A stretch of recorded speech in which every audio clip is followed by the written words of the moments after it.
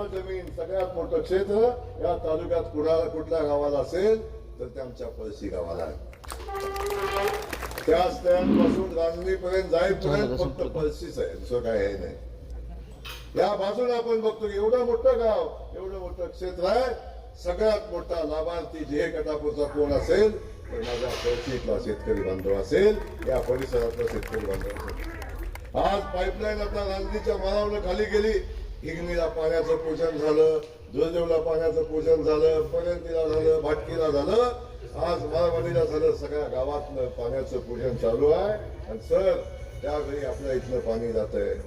आता त्या पाईपलाईनला पोट कालव्याची कामं चालू होत आहेत, पोट पाईपलाईनची कामं चालू होत आहेत आणि जवळजवळ 250 कोटी रुपये त्या पोट कालव्याला आपण मंजूर केलंय.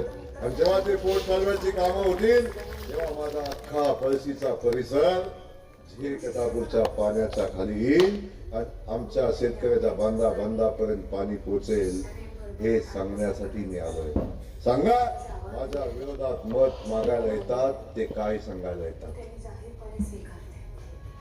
माझ्या उमेदवाराच्या विरोधात मत मागायला येतील ते काय सांगायला येतील? काय सांगतो म्हणून, काय करतो म्हणून मत मागतील? सांगा, काय करतो म्हणून मत मागतील?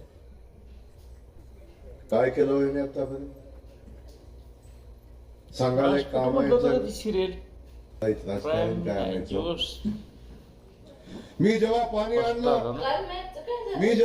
आणलं तेव्हा मी बघितलं नाही ते पाणी कुणाच्या शेतात जाते, घराच्या शेतात जाते, तुतारीच्या जाते का बाणाच्या जाते. जयकुमार गोरेनं कधी त्या माणसानं मला मत दिलंय का मला मत नाही दिलं हे जयकुमार गोरेनं कधी बघितलं. मी जो रस्ता केला त्या रस्त्यावर कोण जातंय हे मी कधी बघितलं नाही. म्हणून मी आपल्याला सांगतो, राजकारणाच्या पलीकडचं काम या जयकुमार गोरेनं आपल्या सगळ्यांच्या आशीर्वादाने उभं केलं. आणि आज आपण बघताय माझा मान खटाव स्वाभिमानानं दुष्काळ मुक्तीकडे चाललाय. माझ्या मान खटावच्या मातीला येणाऱ्या 2 वर्षानंतर दुष्काळी म्हणायची हिंमत कोणाची होणार नाही आणि मागासलेला म्हणायची हिंमत कोणाची होणार नाही. हे काम घेऊन, हा अजेंडा घेऊन आम्ही लोकांच्या समोर चाललोय. लोकांना आशीर्वाद मागतोय. मी आशीर्वाद मागतोय. आमच्या मसवडच्या भागावर MIDC करायची आहे. 8,500 एकराची MIDC करतोय. माझा मान खटाव पुण्या मुंबईशी स्पर्धा करेल, बारामतीची स्पर्धा करेल. मोठ्या मोठ्या कंपन्या येतील, माझ्या युवकांच्या हाताला काम मिळेल. त्या ठिकाणी पोट उद्योग चालू होतील आणि हा भाग क्रांतिकारी बदल या भागामध्ये होईल, या भागाचा विकास होईल. हा अजेंडा घेऊन जयकुमार गोरे तुमच्या समोर आलाय. मला उत्तर पाहिजे. सांगा, तुमचा अजेंडा काय आहे? सांगा, तुम्ही मत कशासाठी मागताय? सांगा, तुम्हाला मत कशासाठी द्यायचं आहे? काय अजेंडा? मराठीवर आली फक्त विरोधासाठी विरोध, जी मराठीला आहे का? गोरेला शिव्या घालणं, शाप देणं, याच्या पलीकडचा कुठला व्यवसाय नाही, कुठलं काम नाही. आज जयकुमार गोरे इथं सांगायला आलाय, आम्ही महाराष्ट्रातली सगळी शक्तीपीठ जोडणारा शक्तीपीठ महामार्ग, महाराष्ट्राचं तकदीर बदलणारा शक्तीपीठ महामार्ग.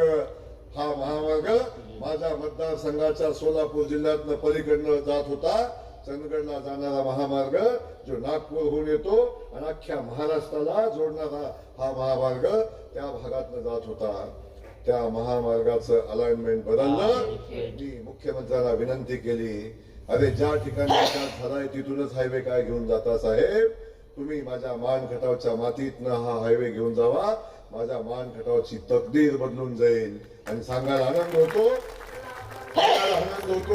80,000 कोटी रुपयाचा शक्तीपीठ महामार्ग आता माझ्या मान खटावच्या मातीतनं जाईल आणि तेव्हा मान खटावच्या मातीचं तकदीर बदलले आणि ह्या महामार्गानं मान खटावच्या विकासाची धारव आपल्या समोर उभी होती.